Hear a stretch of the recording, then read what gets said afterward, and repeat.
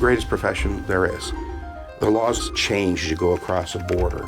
The laws of physics do not. My father's a chemical engineer, and I thought, well, math and physics are my thing.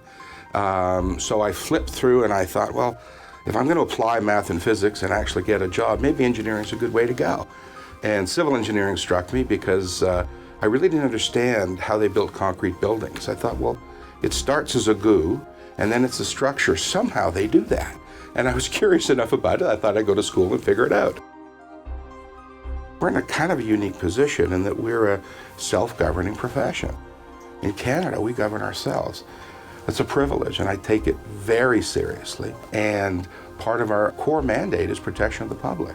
He's been doing this for a long time, and always with drive and energy and humor. Andy's creativity in coming up with new solutions is amazing, and I think he's really pushed the profession ahead, both in British Columbia and Canada.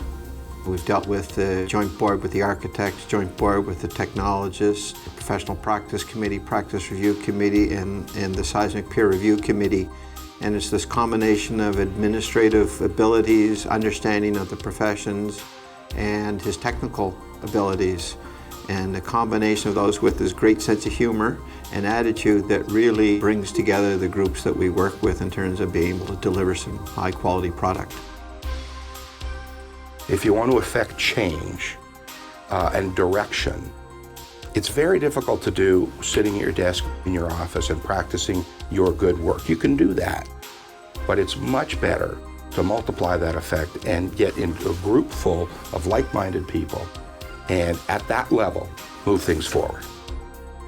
Involvement in the Seismic Peer Review Committee started in 2003, and it was a family doctor, Tracy Monk, who had kids in school and approached myself through APEG BC and Carlos Ventura, Prof at UBC, and said, help me get the message out to government that there are issues of safety in these schools and they need to be addressed.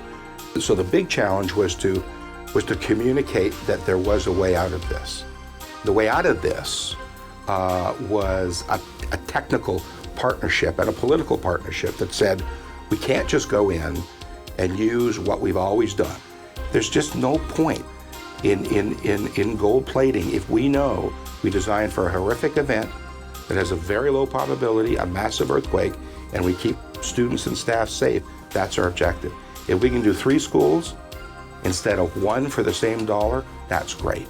The first school I worked on probably 20 years ago in a place called Kinkham Inlet. The community's been there for 10,000 years.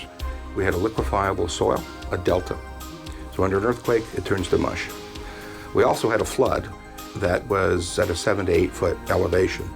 So what we did was we built a school 10 feet in the air, and we used a nice steel space frame that dealt with the liquefaction issue. So when it liquefies, it just rolls a little bit, but basically floats. Another problem was evacuating people out of a remote community. So we added a helipad to the school at the 10-foot level, and sure enough, 3 or 4 years later, flood comes through the community and people were evacuated off of that helipad because we built the school that high. And if an earthquake ever occurs there, it's the safest place to be within 300 miles.